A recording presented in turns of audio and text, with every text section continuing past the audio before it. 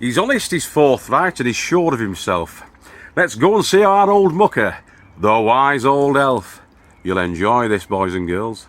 Catch you in a bit. Hello everybody, and good evening and welcome to the Little Farmer's Farm with me, Guru MURPHINDA. And there's somebody else with me today. Let's have a look at him. Hello, who's this? It's Joe the elf. Joe the wise old elf. How you doing, mate? Well, I'm ready for going in half an hour. I've been on a couple of hours. So what we've been up to is, we've just turned all this bed over.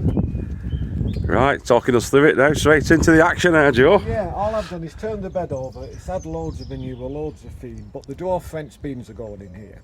The dwarf French, yeah. Dwarf French, yeah. Like a small bush. So I'll probably put 3 in a row. 5, 6 rows along of 3. Yep. Yep. Then I'll put 2 canes in at either end and just run a string line across. Right, so to hem them in a little. Not to hem them in. If you put a cane here, Yeah? yep, 2 foot high, a cane there, 2 foot high, just run a string line across. Right. And then as they've climbed up then, just get a little bit of tie or a twist and twist the plant, yeah, twist the stem to the line going across so they don't fall over and get rot. Right, so it's a support for them then? Yeah, just a support. So all it'll be, I've no canes handy, but in effect, I've never done bush beans like that, the dwarf French beans. How high did they get? about 2 foot. About 2 feet. So really, it's going to be a cane in there. Like, Yeah. Yeah. A cane in here, and a thin piece of string going across, joining them 2 together. Right. And then as the plant starts getting 6-8 inches tall, then if you don't secure it somewhere, it'll fall down. Right. So because you've got a piece of string going across from one side to the other, get another short piece of string, put it round the stem as it's then reached the one going across, and just put a twist on. End of story. Right. So that's going to be the beans. And there'll be about 6 rows? Yeah, 6 rows of 3 or 5 rows, depending what I've got. Brilliant. So the greenhouse, we've been planting tomatoes and water bottles. So this side is all Gardener's Delight. Yeah, they've been in now a couple of weeks. These, because people always ask what these are, dried up, shriveled, what the hell's in there, Joe? These were last year's French climbing beans. So when you snap them now and open it up, I want some of them off you again this year if you can spare some. inside there is this year's seeds. And because they've already been growing in your soil for umpteen years, they're automatically, if you like, conditioned to your conditions, aren't they? So them's this year's climbing French beans. I've done a few, but they're Gardener's Delight. How long have you been growing it? Are they off the same? So the crops that you get that last year, you'll save these seeds from that. How long have you been doing that for? 10 years. Right. It's all, but I can't tell you the variety anymore, but it's the same bean, the climbing French bean. And all I've done was put the fresh bean seed pod there, September, October, just as the plant was finishing. Yeah. And they've stayed there since last October, through the cold, through the frost, through the winter. But because they're in the pod, it's like a boiled egg. They don't rot then? They don't rot, they can't rot. So there they go. So because you get this spotted and what have you on the outside, on the husk if you want, and then on the inside there's your seeds. There's nothing at all. Brilliant. So more Gardener's Delight up here. Now I'll put some of the seeds that we've just seen, which are these, in a tray there on Sunday. Right. And because the soil is nice and warm, it's like heat from underneath, which will help them germinate. Got me on that one? Yeah. Right, here's the grapevine. Everybody has problems with grapevines. I don't know why, it's not rocket science. Here we go. So the grapevine's been going. So here is a long shoot now. Don't know if you can get round there, but there are the grapes. Can you see them? Yeah, that's the Right. bunch. So here's the main stem coming along. There's your grape. Go a pair of leaves past it, cut it off. Yeah? So that stem now is only feeding the bunch of grapes. This one, so what I normally do is have grapes, no grapes. I'll take that one off. So you're thinning down. So you've thinned it down. So all I'm going to do is just trim that off. So that now is dead. So the plant now is going to feed this bunch. There's the first tiny bunch of grapes coming. It's got a second one there behind it. Yeah. So I'll go to this pair of leaves and cut that off. So again now, the plant is only feeding the grapes. It's not going to feed all the excess. Now the excess shoots of the same bud, the same break there, we don't want.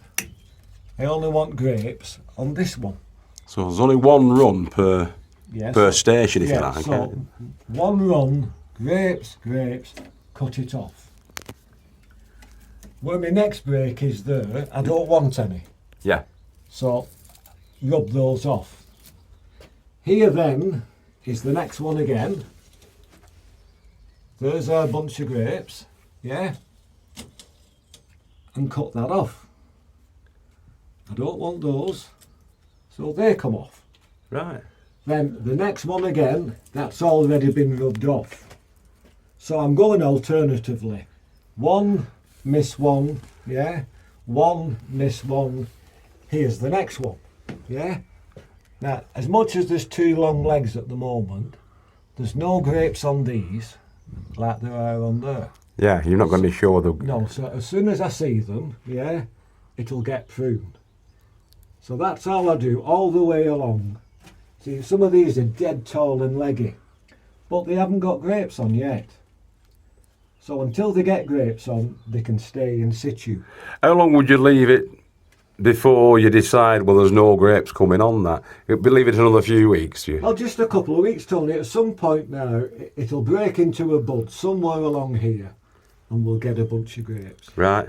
And then we'll... So it's just a matter of being patient then? Just a matter of being patient. Because on this side yet, they haven't broke into bud. So you're going to have to... And then later on down observe. the line, what look tiny bunches are nothing now. That might end up with 30, 40 grapes on. But when they get slightly big, maybe half as big as my fingernail, all I do then, just a little tiny pair of scissors, and I'll show you later on. If there was 30 grapes on there, yeah, tightly packed, I would thin them out and get it down to 20 grapes. Right. So those 20 grapes then, they aren't all packed together. Hello. Back on track. Back on track. We overheated then, the camera overheated. It's because it's hot stuff, isn't it? It's all this talk, it's bullshit, isn't it? It's all the hotter. Anyway, cabbage under the net. Yeah. You know as well as me, if we don't net them, the wood pigeons will have them. Mum's in the nest with chicks, get out to the supermarket and find something for us to eat, and they'd clear that bed in an hour and a half, none left. Yeah, they murdered it, don't they? Stir on onions in this one. There's a lot in there, isn't there? How many have you got? About 70? No, just over 100 tons. Just over 100. Yeah, because again we lift and store them and they'll last us till probably after Christmas, depending on how successful we are. Broccoli in this bed, because our little one, she's 7 and loves green trees as she call it. So with broccoli there. Yep. Swift potatoes next bed. Swift, they're the first early, aren't they? The Swift. Yeah, so they've all popped up. They were earthed up a little bit more, but then it rains and it washes some of it down. But they're out now, so they're on the way. What about this part here, Joe? This end? That's clear at the moment, Tony. I haven't got a plan yet, but I've got courgettes to go in and a few more bits and bobs. Right, so you're leaving it just as a gap. Yeah, it'll get filled, but not at the moment. Winston in here. They look a bit random, hit and miss, but they'll all be out in the next 3 weeks, I would imagine. There'll be rows of green everywhere. Raspberry bed,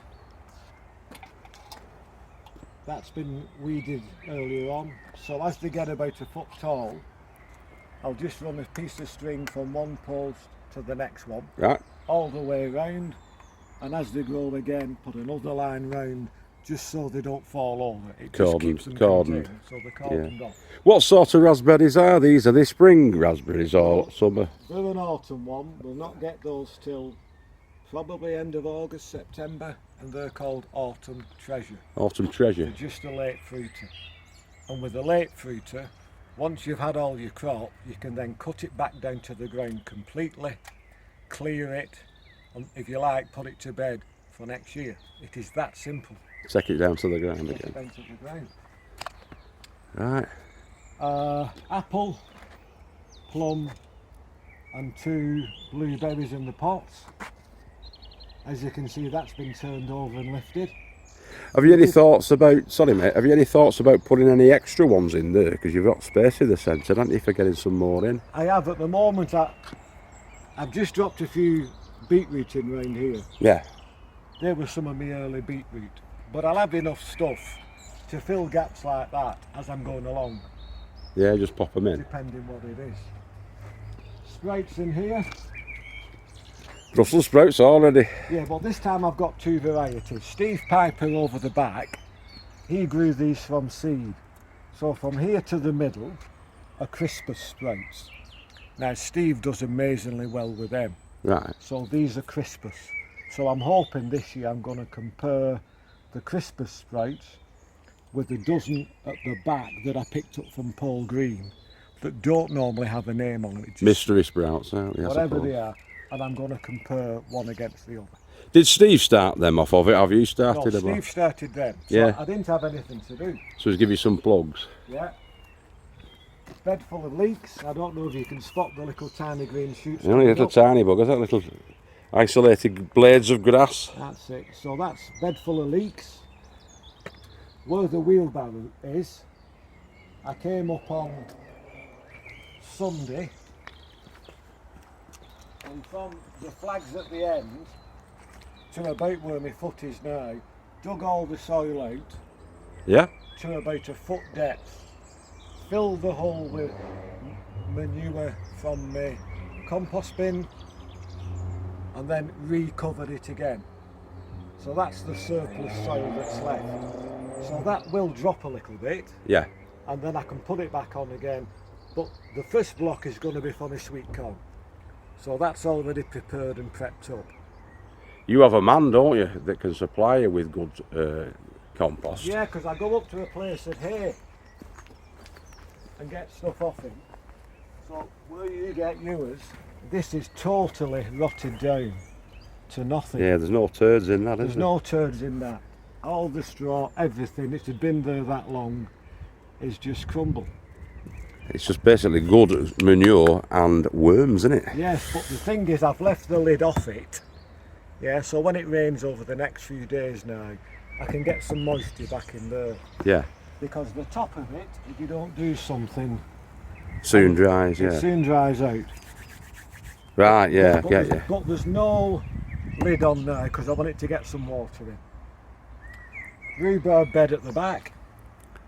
Yeah, we've all got a bit of rhubarb, haven't we? All got a little bit of rhubarb.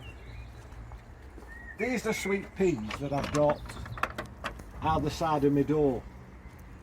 But where we all buy sweet peas from wherever, and the multicoloured different stems, umpteen varieties, that is the actual natural wild sweet pea. It just has a tiny little purple flower on. Right. Never changes, never alters, but it comes back every year. But from that one, all the special breeders bred all the colours, the varieties, the types that we've got now. Do you save the seeds off that then, or does it just naturally come back? No, again, when it's finished flowering and it's died, yeah, I leave it on because of the leaves, it's just the colour against the dark shed. Yeah. But in winter, chop it down to the ground and up it comes. Right. So it's a perennial. Yeah. Might be self-seeding or something. Might even know, I don't know. So, That's it, Mother Nature knows best, Joe, don't she? yeah, so if we just go around to this side, the other plot, multi-flower bed at the back, some bug hotels me and the babe made, She's stuffed them all full of everything that's in the cones and bits. Was that you and your little granddaughter, that? That's the one, yeah. The babe. So all the insects, the bees, the hoverflies, whatever it is, can make a home in there. Right. And this is just a multi-flower bed with all sorts. I've got to get something sorted out because the beneficial insects are very beneficial, aren't they? And we need everything to pollinate. Another compost bin there. That's bone dry. If you look at the top, probably. And is that one where you just so you threw all your weeds in there as well? Do you? All my weeds go in that one. They can rot down. But this is the compost from up at here. And again, that's going to get some water on it now. Well, so when you're composting the weeds, what's the trick to that? Then you've got to wait. You've got to do it before the seed, haven't you? I'm guessing. Once you've cut them, they're dead. They might have a seed head on, or it might have a butter. It could be buttercups. It could be dan. But put them in there. Once they've got a lid on them, yeah, and it's dark, they're just going to die out.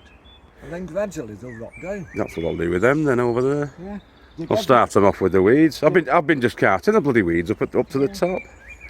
Just have a separate bin for them. 3 rows of shallots. 1, 2, 3. 4 rows of red onions. Did you get them off Ken? Are they them golden gourmet then? No, they came from, oddly enough, as sets from Wilco's. Right, so they're the Wilco's ones. Yeah. That's probably why they're not rotting, isn't it? Eh? Mine, all bloody mine rotted for set. Shallots. Yeah. Red onions.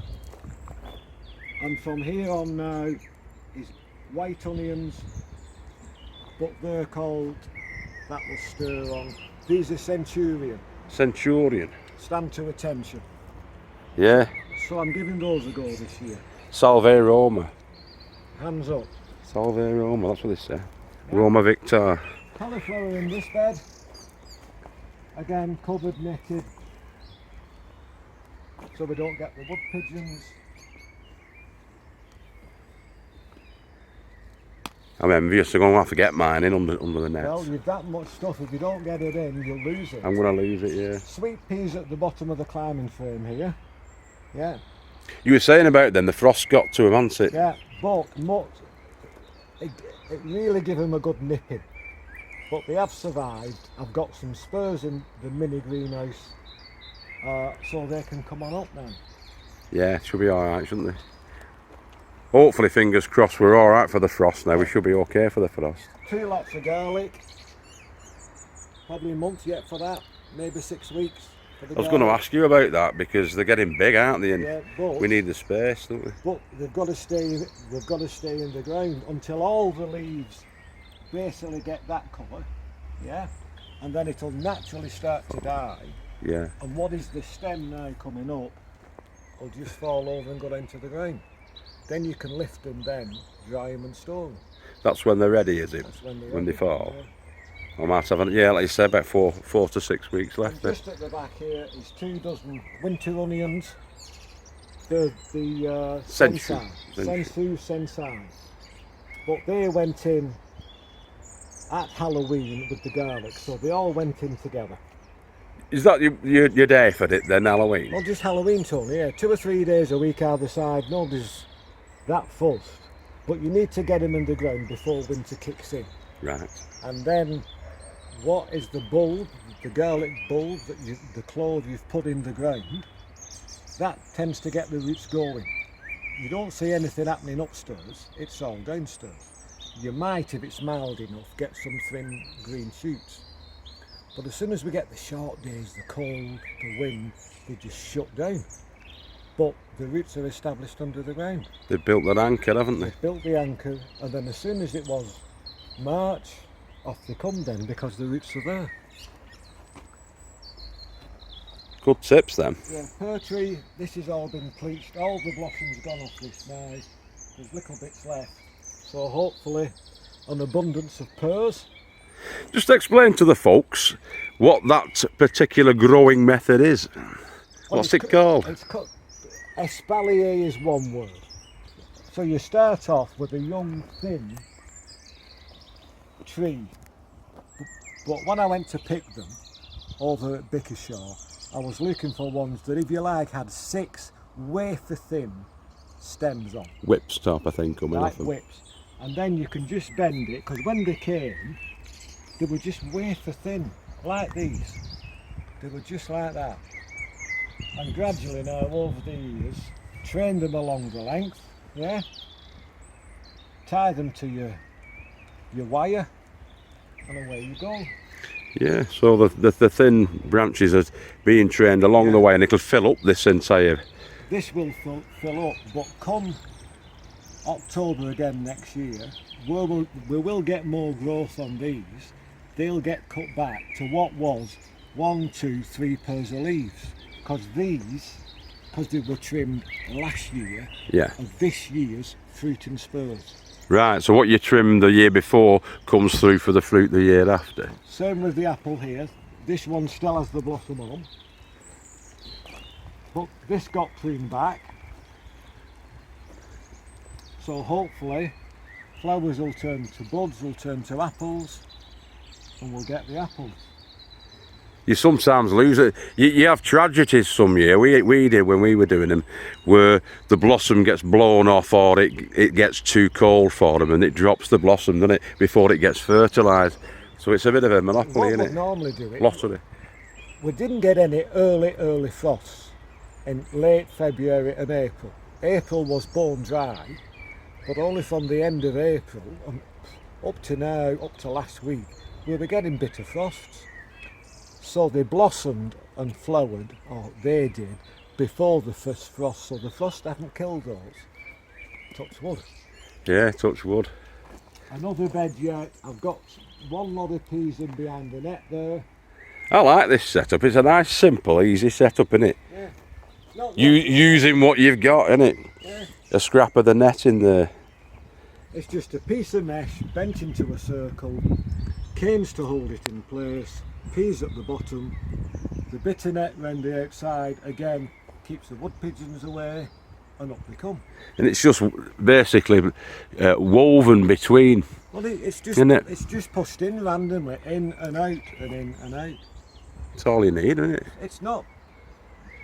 I'm like Keith Robinson, me, ain't I? Well, Yours is a better way. So what's your idea for here? as I say, I've got courgettes. I've got quite a few things yet. Last year I grew my courgettes in between the espalier, but that is now my new strawberry bed. So courgettes take up a fair bit of space. Yeah. So I can easily get my courgettes in there, and or make a big wigwam frame and get my climbing fence beans in. The climbers were down at the front last year, weren't they? That's it. They're being rotated up to here. Take your stock. Another little bed, nothing planned yet, but by having some spare land and some spare space, Yeah. if I've got anything extra, or somebody gave me half a dozen turnips the other day. I wouldn't normally grow turnips, but I've always got space for filling in and putting bits and bobs in. Do you want any kohlrabi? I've got some kohlrabi there. Don't grown. eat it. Only eat what you grow. Yeah, only eat. Or grow what you It's eat. pointless wasting time and effort and labour and compost growing all these fancy dandy things, and if we're not going to eat them, What's the point? what's the point, Tony? I'm with you on that. Yeah. We got and given us Joel's or Henry's Niece. niece. She had some. Again, assorted tubs with flowers in, few lettuce in the big box, just to keeps the pigeons off again. But they're not looking as good as the ones that's in the greenhouse, obviously. Just because the greenhouse ones are more sheltered and protected. But they'll come on. As the weather improved, yeah, they'll be alright, won't they? The cold frame is empty now, apart from a few shallots. What did you have in there? My cabbage, my collie, my broccoli, my sprouts. Because I had them in the greenhouse first. That kept them warm and delicate while they were young and tender. But then they've got to get used. You've got to move them from where it's been warm Harden them off. and harden them off. Yeah. So my cold frame, I hardened all my brassicas off first in the cold frame, then planted them out. I put mine underneath the net in there, and it seemed to be alright. Because I think having them underneath the net and in the little cage, it does take about a degree and a half or whatever. Another off, black doesn't tub it? again, beetroot coming through, spring onion coming through, just the little tiny things now. You'll barely little see wisps. them. Little wisps. But they'll be up when they're ready, the spring onions. So what will you do with them then, Joy? Are you just going to thin them out as they come through and then or transplant them on? Or? I'll transplant some, I'll leave some there, I'll have some spurs, and then, because that's what we normally do, innit? We all share around. Yeah. If we've got extras. I've got some spur there, some extras. And then the polytunnel yet hasn't been laid out. But when you came out, I've just planted a melon. I've never grown these before. The big long red pepper, Toro Rosso. You grow. I've got them. I've done them the last few years. Right. They're nice when you get them right, and if they don't get attacked by a little weevil bug that gets in around the stem. If you don't get that, which I'm not going to do this year because I'm going to prevent the little shit. Right, you do it. But anyway, all the space that's left, they'll have Californian wondering, the red and green pepper. Yeah, like a bellboy type. Yeah, bellboy. So this will have peppers and chilies in later on. And then, as much as it's untidy, the big plastic trays that we all have, our friends there, they'll get distributed either side. Assorted tubs and containers in. They're for grow bags, aren't they? Yeah, grow bags. Original, that's what they were there for. But I've got loads of bottomless pots and other pots, so what spur tomatoes I'll have left, yeah, will go in here. Now you do it a little bit different for me. I use the Mazda ones, don't I, when I'm doing them. But you don't need a big, massive pot, do you? No. You only need one of them. Don't you? What's the idea behind that? What do you mean? Doing them like that. So have they got a pot within a pot type of thing? You'd probably be able to explain it better than I would. Stay there for a sec. Yeah. Listen to the words of the wise one now, because I'm not 100% sure myself. But he'll tell you now, Joe. He has them like that, so it's a concentric circle job inside, isn't it? Way up, let's get round. These are my bellboy peppers, grown from seed at home. Okay. So initially, when there was 1.5 inches high, pricked them out into 4-inch pots. Then the roots can get going again. Yep. But they're nearly ready now for planting in here, right?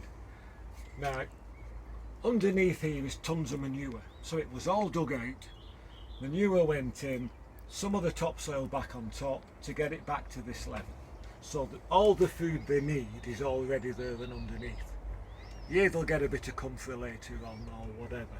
But then they want planting. Do you bother with bone meal or lime or eggshells and anything like that? I use lime when I've planted all my brassicas.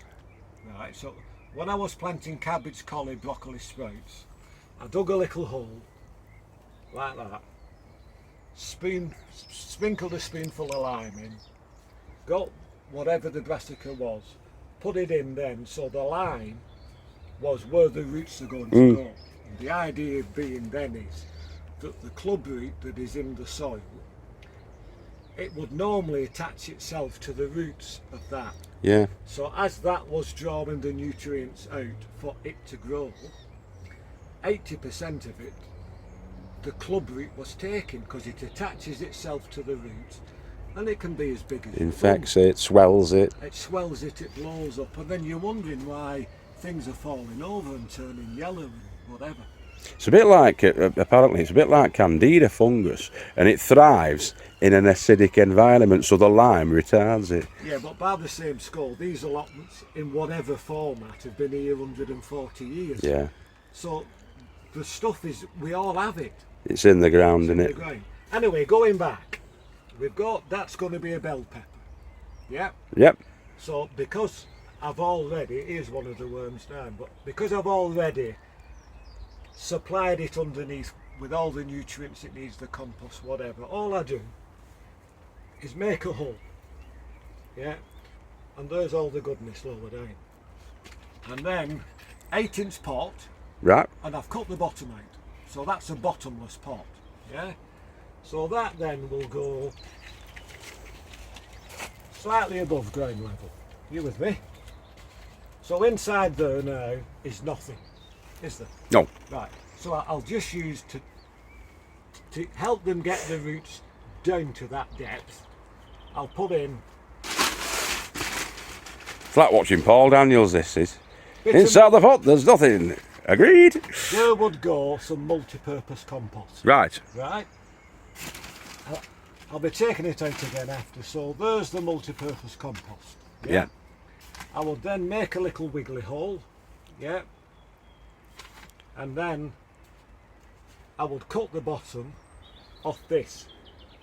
So this has no bottom on. So they're a double bottom. Yeah, but if you didn't cut the bottom off this, the roots would be They'd still be bound, wouldn't they, inside there? So by the fact that you've cut the bottom off that, the roots are going to go down. Right. Right. So that would go in there. Yeah. With no bottom in this one. And just gently tapped in. Suppose if you're careful, you could just trim that bottom off then with a Stanley knife or something like that, couldn't you, to get that? Yeah, just to take it off. I've no scissors here, but I just use Or scissors, yeah. Trim it with a scissors. So that would then be in situ. Yeah? Okay. So that's my bell pepper in situ. So this is the bottomless pot. And the idea being, I don't want to disturb those roots in there. Because the plant and the roots are attached to the compost in here. If you were to take it out, you're disturbing them where they're all nice. Yeah, they're nice and happy there, aren't they? They're happy in there, they're firm. But by the fact you take the bottom off, they then think, oh, escape, and then they can go down. Spread the wings. So then they can spread their wings in there. I can see me doing this on the next one because I'm working it out now in my mind. You don't get any dampness around your stems either, do you? So then Doing it that way. the old tonic water bottle, whatever bottle you want to use, that goes in there. So that's going to supply the water then. But I won't water it for like 3 weeks so the roots can get re-established in the new growth. Yeah. So do you not give it an initial watering? Yeah, it'll get in initial water. Right. And then I'll leave it. Because to make the bloody roots work. So the roots that were in here, you've cut that bottom off, haven't you? Yes. So in effect, you've got that Yeah. in there. But then those roots that are trapped in here, holding onto the soil, it's nice and established, yeah? I could go to think, and they come out of here then, and then they're going down there. To seek the water. Well, for the roots to grow, you give it one good soak, yeah? And then To show it the way to go. Yeah, show it the way to, and then I don't bother. Make the roots work. And then away it goes then. And later on after that, I'll water it here because the water's gone to the level of the bottom of that pot. So as a rule of thumb, I would imagine, once you've done that, you wait till the plant's probably doubled in size and then you start the watering, would you? Well, it might on it, but once you can see it's on the move and it's going, it might not double in size, but it'll certainly get 2 or 3 more pairs of leaves on. And you know then that it's working for itself. It's established, it's settled in, it's got a new home, the roots are going down, give it what it needs, and that's it. And the water's going directly. This is a good thing, and I learnt this off Joe, that the water's going directly where the roots need it, which is below ground level, and you're avoiding the evaporation then from the moisture, aren't you? Because a surface watering for plants like that, it soon dissipates, and it finds it hard to get into the ground, doesn't it? Somewhere like this, it's Inside warmer here, now. yeah. When summer comes along, or even just a reasonably bright sunny day, 80 degrees in here is nothing, but they need the moisture. Yeah. Occasionally I'll come along with a mister and just mist the leaves. And that is that. That's brilliant. What else was I going to ask you about for that one? So, when you do the feeding, some of these guys will have known, they'll have seen, won't they, the magic comfrey. Yeah. So the liquid feed is what he adds in. That is the last of last year's comfrey, getting late on. Here's the odd bottle of comfrey now. It still stinks to high hell, But I'll put, and I always say, an inch of this in a 5-gallon watering can, which is diluted it. Yeah. You don't want it too strong. Too strong, it'll blow the heads off initially. So you're talking around about 10%, I'm guessing, for your first initial feeds, Well, aren't yeah, you? possibly less than that, Tony. But then that liquid feed is going in here. Right, so you don't put it into the pot, you put the feed where the water goes again into the ground. Yeah. Right. That's slightly different, isn't it, to the way Mick does it? The And me. difference, well, yeah, Mick does it his way. I'm not saying Mick. He top feeds and bottom drinks, doesn't he? But he top feeds and bottom drinks. Now, I don't see the point of that. If you're putting the water down the bottom where you want the roots to grow and work, put the feed there as well. And then they're all going out then looking for it. I'm going to do an experiment this year, me, Joe, where I'm going to try it both ways. I'll try it that way where it's in the ground, because somebody said to me that they have feeding roots and they have drinking roots. I'm not sure it was, probably somebody on the show, one of the one of the commenters on the show, but they said they have the feeding roots at the top and you should do it from the top and then the drinking, but whether or not I don't know whether that's right, so we'll do an experiment. Well, I can't see that, Tony, but have a go.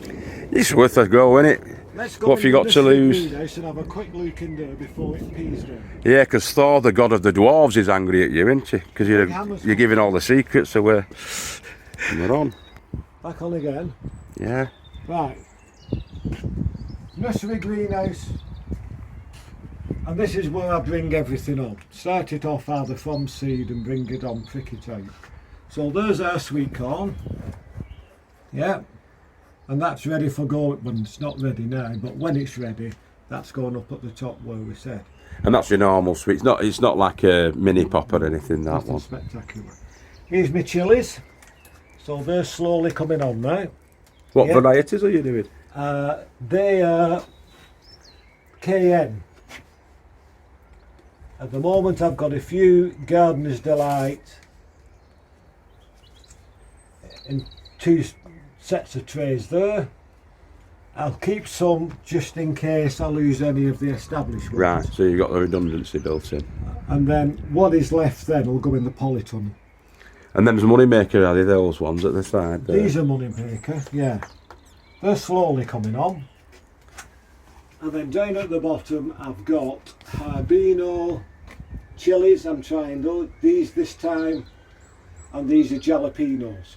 So KN Jalapeno and Harbino. I've never heard of Harbino. Well, never had I. We saw the packet of seeds and thought give it a go. Yeah. A few little geraniums. Here's the Swede turnips. So there's some turnips there, some more Moneymaker. So there's a good 10 in there. Some peas there, just for filling in, I suppose. If you garden peas, because the first lot or the second lot I sowed at home didn't come through. I lost my second lot. My first lot are alright, but my second. So because I've got one lot of garden peas in, yeah, we'd popped a pole green the other day. When we got the melon and we got the big red pepper, yeah, the Terra Rosso, I bought some peas. they're not that dear, are they? Getting them from there. Sweet peas. These were to cover any that I lost on my main With net. the frost, yeah. But if we get no more frost now, they'll probably go in at weekend. Courgettes. I was going to say they look like squash No, then. they're courgettes. So they're my courgettes.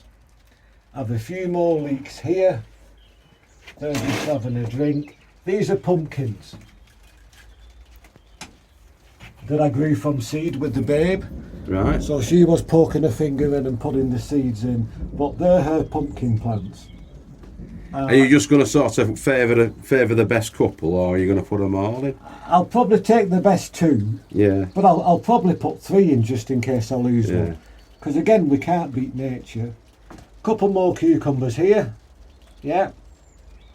Here's the Californian Wonder bellboy peppers that we've just been playing with in the polytunnel there. So they'll get the same treatment as what we've just done. How do you usually do with your peppers? Do you get a decent crop off them? Yeah. The peppers. But a good tip with the peppers is, if for argument's sake you've got two of the same pepper, yeah, let one go as you would normally do. Joe, again, let one get 4 pair of leaves, tall, pinch the tip out. And what's going to happen then? Well, it'll bush, shouldn't it? There you go. It'll bush then and give more side shoots to give you more quantity, volume of peppers. Try that. That'll be another experiment, won't it? Strawberries in the gutter, in the greenhouse, because these have all got strawberries on now. Now, these have been in here probably 2 months as little tiny Already things. setting its roots, isn't it? Well, it's setting its roots, so they've had no wind, no cold, no rain. Relatively warm in here, even overnight. It's 8 to 9 degrees. So they set the fruit early, and we just get an early crop of strawberries. So again, when Madam comes up, yeah. Even if it's raining, she's something to do. Oh yeah, because she loves coming up. So there's some dwarf French beans I sowed the other day. Another little sowing of beetroot. Spring onions coming up. Now with these spring onions, when I put them outside, I'll pull them together in like 4s and 5s, rather than individually. Put 4 aside, 4 or 5 together. Because when you go to the supermarket and you buy a bag of spring onions, They come in a little bunch like they that. come in a little bunch. So if you plant them in bunches, you can pull them out in bunches. Simples. I suppose they don't mind being cluster planted. No, you can do it with onions, can't you? Well, you could, yeah. Lettuce all year round. This is the second crop, and these are the same, but they're webs. That's a webs lettuce. Is that like an iceberg one, or is it a loose leaf? Or? It's just a loose leaf. Yeah. It's quite a broad leaf, Tony. Nice colour, aren't they? Yeah, but again, they're sheltered, they're protected. I think I might have overwatered some of mine and left, leaving them in the bath rather than soaking them overnight and then taking them out or But whatever. sometimes if you don't get up the next day or the day after because of work and you've got a young family, they're sat in water. So this container is piss wet through. They're only little fine her roots. Yeah. And you're drowning You the drown the bastards. buggers, don't you? Yeah. Right. Yeah, you're right, mate. All right, so shall we have a brew? Let's go and have a brew and a fag. Come on. So there you go. A nice hour there with Joe down at the plots. Always fantastic to see the wise old elf and listen to him, really. He's got some good knowledge there, and he's a good grower, Joe. Always gets a decent abundance. It's always succulent, juicy vegetables that he creates down there in the Eden plots. He's our next door neighbour, obviously, Joe, and yeah, you'll be seeing more of him through the season. Hope you enjoyed that, boys and girls. If you did, please comment, like and subscribe if you're not already a subscriber. If you are a subscriber, please don't forget to hit that bell notification button so you don't miss another exciting episode with me and the other Edenites down in the Eden plots. See you later, boys and girls. Wednesday today, and we've broke the back of the week, hurtling into the weekend. So keep growing with your heads down. Take care of yourselves and each other, and remember, we love you all. Catch you later now. Bye bye. Take care.